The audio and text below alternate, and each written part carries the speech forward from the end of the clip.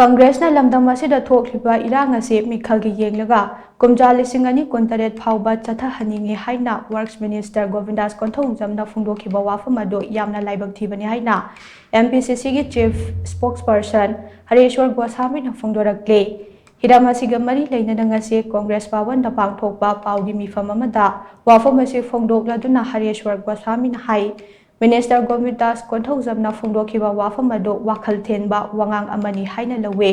lengak asina Irang Asi loisinba ngamdraga masana yauramba party amada onsinduna ngangba ase yamna ikainingai ne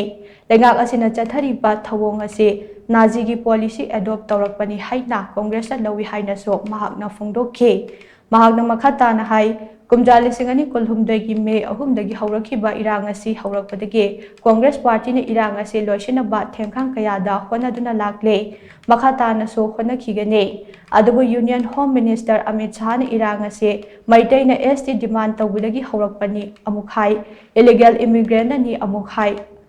amukna ethnic violence ni amukhai duna wangang hongduna leire Chief Minister Nongthomam Biren na so Irang Asi law and order fell oibadagi ni amukhai mamangi lengak na thoganbani amukhai tawduna leire Union Home Minister na Irang Asi ethnic violence ni haidagade Commission of Inquiry sembagi mathau taribra Hauzik Phaoba Irang Asi gi layong Asi Minister Govindas na khangre haina lawe Congress Party na Lok Sabha da seat ani mai pakhiba ado Congress na utchaibadagi mai pakhiba nate BJP gi aranba propaganda da thajadabadagi miyamna Congress na sagalakibane MLA manga khaleiba Congress Party na Manipuri gi Irang Asi thoganbani haibase pangang dangang bane force amati machinery khudingmak makhogi makuta leiraga Congress Party da oina taisinba asina takpade BJP lengak ni Irang Asi loisinba ngamdre haibane Irang Asi loisinabagi damakta state lengakta Prime Minister unabagi appointment lawba ngamdaba haiba asimak laibak thibane mahakna makhatan hai lamdam asida hauzik thokliba Irang Asi BJP na thoganbane Congress na natte BJP gi MLA tarana tonganba administration pamadagi Irang Asi thokpane हिंसा की थवोंग Singh चथदुना demand तौरक्लिबा असिगी मथक्ता लेंगांगना action अमता लौद्रिबा असे करिगिनो